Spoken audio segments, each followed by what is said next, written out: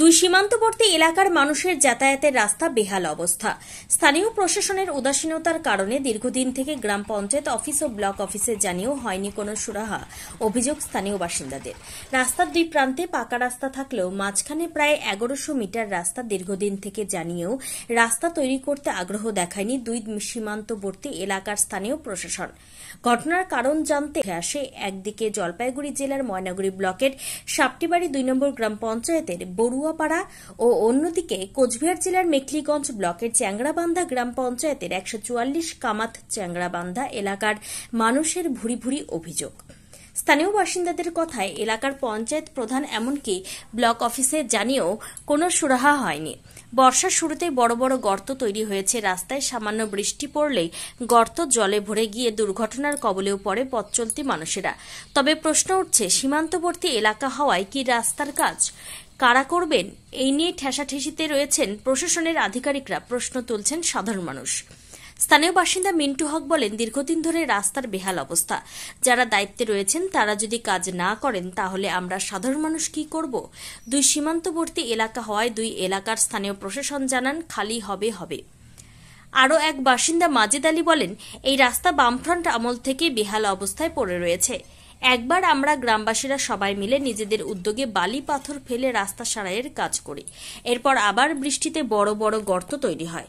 আমি স্থানীয় প্রশাসন ও জেলা পরিষদকেও লিখিত আকারে জানিয়ে আসছি, তবুও দীর্ঘদিন থেকে রাস্তার এই অবস্থা। তিনি আরও বলেন, বর্ষাকালে এই রাস্তা সাইকেল যাওয়ার উপযুক্ত নয়। জরুরিকালীন অবস্থায় অ্যাম্বুলেন্স ও দমকল বিভাগের গাড়ি যেতেও বহু সময় লেগে যায়। একদিকে সাপটিবাড়ি 2 নম্বর গ্রাম পঞ্চায়েতের উপপ্রধান সঞ্জীব রায় বলেন, রাস্তা চলতে চলতে খারাপ হবেই। আমাদের জলপাইগুড়ি জেলায় 600 মিটার রাস্তা পড়েছে। আমরা এই বিষয়ে ঊর্ধ্বতন কর্তৃপক্ষকে জানিয়েছি, এমনকি অ্যাকশন প্ল্যানে নাম দেওয়া হয়েছে। এর নির্দেশ এলেই রাস্তার কাজ শুরু হবে। দাদা, আপনার? রবিউল ইসলাম। কতদিন ধরে এই রাস্তাটার এই সমস্যা? বহুদিন থেকে। কেন হচ্ছে না এই রাস্তাটা?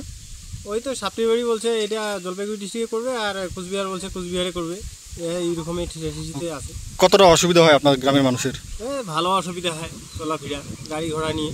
বর্ষাকালে কতটা সমস্যা হয়? বর্ষাকালে তো এক হাঁটু কাদো হয়। ভিতরে কি পাকা রাস্তা রয়েছে? হ্যাঁ, ভিতরে পাকা রাস্তা রয়েছে। সামনেই আছে। তো মাঝখানে এই কাঁচা রাস্তা, এইটুক জায়গা। এটা কি ওই ঠেসাঠেসিতেই রয়েছে? হ্যাঁ, এরকমই। স্থানীয় পঞ্চায়েত সদস্যকে জানিয়েছেন? কতবার জানাইছি। কি বলে ওরা? হবে বলে আছে। নাম দাদা আপনার? মিন্টু হক। কোন এলাকা এটা? এই সাপটিবাড়ি 2 অথবা এই যে কামার চাঙাবান্ধা, মানে পাশাপাশি দুইটা এলাকা? পাশাপাশি দুইটা এলাকা। এইখানকার এই যে রাস্তাটা কতদিন ধরে এই সমস্যা? রাস্তা তো দীর্ঘদিন ধরে এরকম, ঠিক আছে। রাস্তায় কোনো রকম কোনো কাজ হয় না ভালো মতন, ঠিক আছে। মানুষজনের সবারই অসুবিধা হয়। আর কিছুদিন পরে আবার বৃষ্টি নামবে, ঠিক আছে।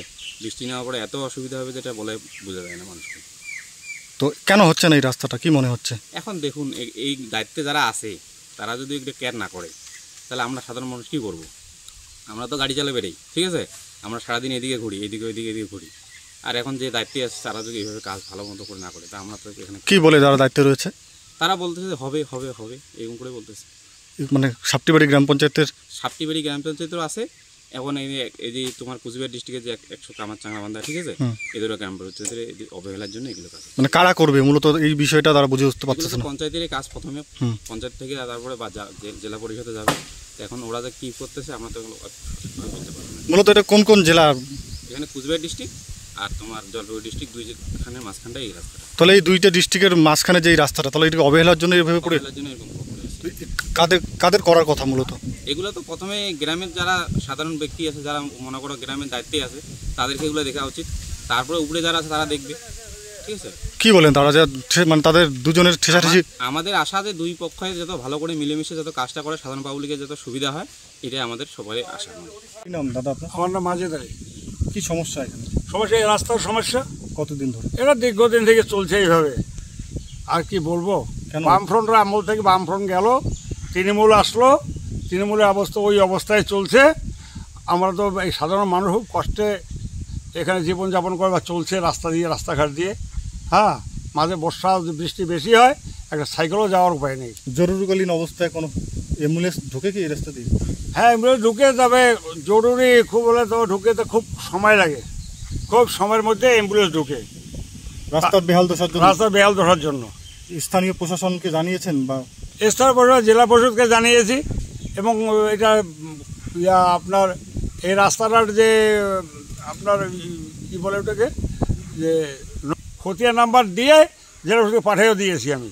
কেন হচ্ছে না মূলত? এটা হচ্ছে না কেন, এখন ওরা নেতারা জানে। তাহলে কি এই 2 জেলার ঠেসাঠেসিতেই হচ্ছে না? হ্যাঁ, 2 জেলার ঠেসাঠেসি ইচ্ছাকৃতভাবে হচ্ছে না। হ্যাঁ, এখন কি চাইছেন আপনারা? আমরা যাচ্ছি যে রাস্তা হোক, সাধারণ মানুষ রাস্তায় চলুক, যানবাহন ঠিকভাবে চলুক। হ্যাঁ, রুগী ফুগী পেশেন্ট যারা আছে তারা সুস্থ হয়ে অ্যাম্বুলেন্স ঢুকে যানবাহন করুক। আপনার নাম? আমার নাম মাজেদ আলী। না, এটা তো আমাদের তো যথাযথ অ্যাকশন প্ল্যানে করা আছে। এটা তো আমাদের জলপাইগুড়ি জেলার 600 মিটার, আর বাকিটুকু কুচবিহার জেলা। তো কারা করবে এই রাস্তার কাজ? এখন এইটা তো আমাদের জলপাইগুড়ি যতটুকু করতে পারে ততটুকু, কিন্তু এত ছোট স্কিম তো আর নিতে পারে না। মানে জলপাইগুড়ি জেলার 600 মিটার? হ্যাঁ, 600 মিটার। মানে এটা আপনারাই করবেন? এইটুকু আমরাই করবো। আর বাকি 600 মিটার? আর 600 ওখানে কি, বাকিটুকু 600 আছে কি, অতটা হবে না। 400 মিটার। 400 metre 1 kilometre total. ওটা কি ওখানকার প্রশাসন করবে?